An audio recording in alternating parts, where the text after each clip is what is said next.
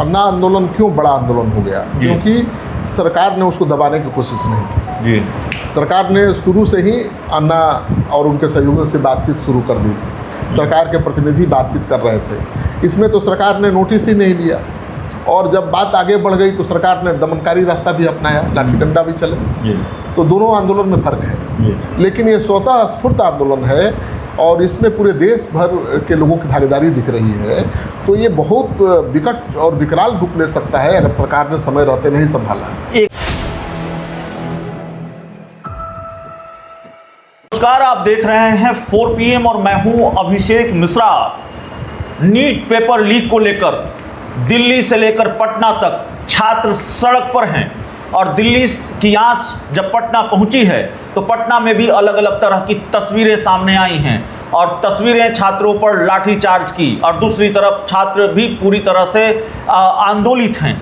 सवाल ये है, और इस आंदोलन के बीच में दिल्ली और पटना के बीच जो आंदोलन हो रहा है, बिहार के अलग अलग इलाकों में भी इसकी आंच है, बिहार के अलग अलग जिलों में भी आंदोलन हो रहा है। तो क्या इसकी जो आंच है या इसका जो असर है वो बांकीपुर विधानसभा उपचुनाव पर भी पड़ेगा क्या?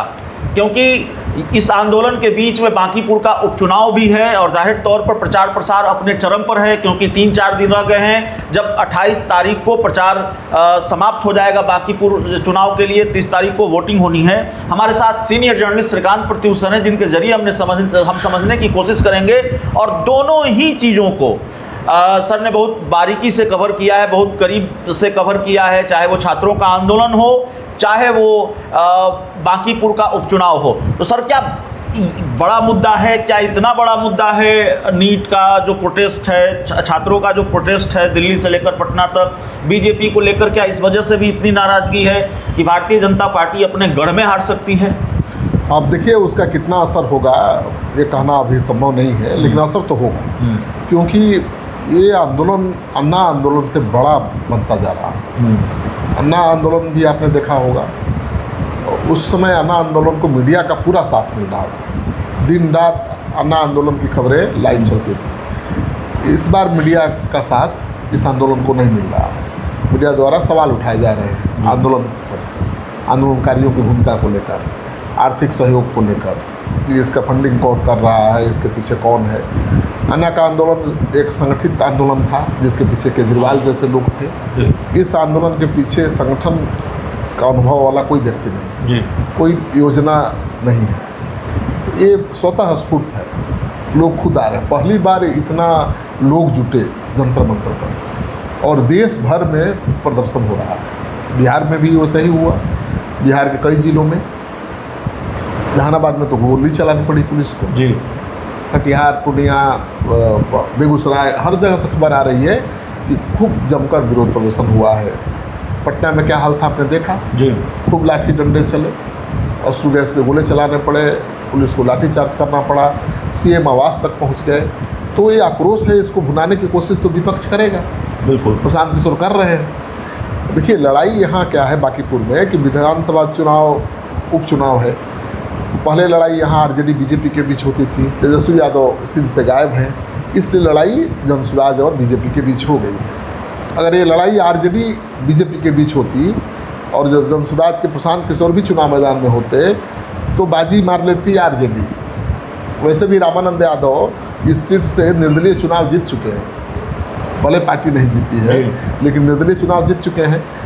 आरजेडी का अपना कैडर वोट है, यादव मुस्लिम एक थोक भाव में वोट जाता है आरजेडी को, लेकिन आरजेडी तीसरे नंबर पर है, इसलिए प्रशांत किशोर की भी संभावना जीतने की कम है। जीत तो बीजेपी ही जाएगी, क्योंकि 41% वोटिंग हुआ था पिछले चुनाव में, तो 92,000 के आसपास बीजेपी को वोट मिले थे, आरजेडी को 46,000 मिले थे और बाकी उम्मीदवारों को 400-500 वोट मिले थे, उनसे ज़्यादा नोटा को वोट मिले थे 1400 कुछ वोट। तो मुझे लगता है कि लड़ाई यहाँ सीधी ही होती है। नहीं, बांकीपुर से थोड़ा आगे बढ़कर भी बात करें तो यूपी में भी, यूपी जैसे बड़े राज्य में विधानसभा का चुनाव है और उस दौरान ये आंदोलन जाहिर तौर पर सरकार अगर बैकफुट पर नहीं होती तो प्रधानमंत्री को सामने नहीं आना पड़ता, प्रधानमंत्री को वीडियो नहीं जारी करना पड़ता।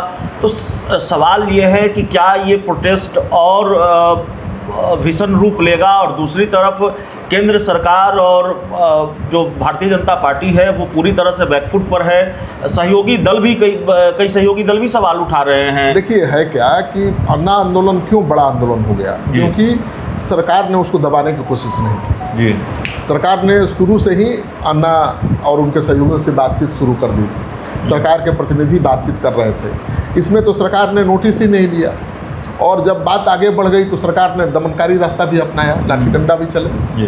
तो दोनों आंदोलन में फर्क है, लेकिन ये स्वतः स्फूर्त आंदोलन है और इसमें पूरे देश भर के लोगों की भागीदारी दिख रही है। तो ये बहुत विकट और विकराल रूप ले सकता है अगर सरकार ने समय रहते नहीं संभाला। एक ही मांग है जो सबसे बड़ी मांग है, वैसे मांग तो कई है लेकिन एक जो सबसे बड़ी मांग है कि शिक्षा मंत्री धर्मेंद्र प्रधान का इस्तीफा होना चाहिए। दिल्ली से लेकर पटना तक ये आ चुकी है और पटना के बाद बिहार के अलग अलग जिलों में जिसका जिक्र आपने किया। तो अगर धर्मेंद्र प्रधान का इस्तीफा नहीं होता है, धर्मेंद्र प्रधान का इस्तीफा नहीं लिया जाता है या वो इस्तीफा नहीं देते हैं, तो क्या भारतीय जनता पार्टी को या केंद्र सरकार को इसके और राजनीतिक नुकसान भुगतने पड़ेंगे? अब देखिए तो आने वाला वक्त बताएगा, क्योंकि मुझे नहीं लगता कि धर्मेंद्र प्रधान इस्तीफा देंगे और सरकार उनसे इस्तीफा लेगी। बीजेपी सरकार का ट्रेंड देख लीजिए, कभी सरकार ने किसी भी मंत्री को दबाव में आकर इस्तीफा नहीं लिया है। हाँ, कभी कभी मंत्रियों का विभाग बदला है, मंत्री ड्रॉप भी हुए हैं, लेकिन किसी की मांग के आगे झुक करके सरकार ने ऐसा किया नहीं है। किसानों का जो आंदोलन था उस दौरान सरकार को झुकना पड़ा था। किसानों के लंबे आंदोलन के बाद बिल को वापस लेना पड़ा था।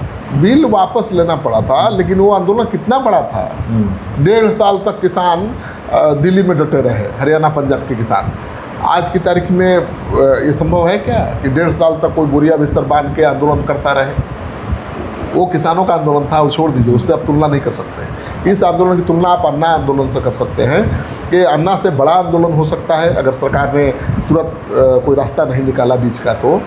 और विपक्ष इसका पूरा फ़ायदा उठाने की कोशिश करेगा। क्षेत्रीय पार्टियां तो कमज़ोर हैं, लेकिन कांग्रेस पार्टी इसका पूरा फ़ायदा लेने की कोशिश करेगी और कांग्रेस पार्टी ही इसका पूरा फ़ायदा भी उठा सकती है।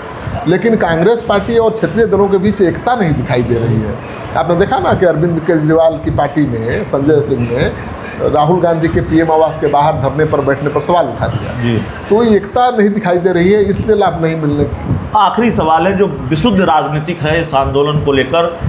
सवाल यह है कि इस पूरे आंदोलन में यह भी देखने को मिला है कि भारतीय जनता पार्टी को अपने सहयोगी दलों का साथ भी नहीं मिल रहा है, बहुत आंशिक तौर पर ही सही, लेकिन ये बातें सामने आ रही है। अब जेडीयू के विधायक हैं अनंत सिंह, खैर वो तो अपने बयानों की वजह से वायरल होते ही हैं। अनंत सिंह का बयान कोई बहुत मायने नहीं रखता है, ये राष्ट्रीय मुद्दा है, ये बहुत बड़ा मुद्दा है। चिराग पासवान भी छात्रों के समर्थन में बिल्कुल रहना पड़ेगा ना भाई। छात्रों के खिलाफ कौन जा सकता है? कोई नहीं जा सकता, ये सरकार भी नहीं जाएगी।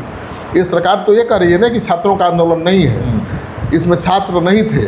छात्रों से ज़्यादा ऐसे लोग थे, राजनीतिक दलों के कार्यकर्ता थे जो उपद्रव फैला रहे थे, छात्रों को बदनाम कर रहे थे। सरकार तो अपने छात्रों के लिए जो आतंकवादी और दूसरे शब्दों का इस्तेमाल किया जा रहा है, कल रामकृपाल यादव जो मंत्री हैं उनका भी एक बयान सामने आया और उन्होंने कहा कि छात्रों के भेष में छात्रों को, तो इसका भी नुकसान क्या होगा बीजेपी? नहीं, छात्रों को आतंकवादी नहीं कह रहे हैं लोग, कह रहे हैं कि छात्रों के नाम पर कुछ असामाजिक तत्व उपद्रव फैलाने की कोशिश किए।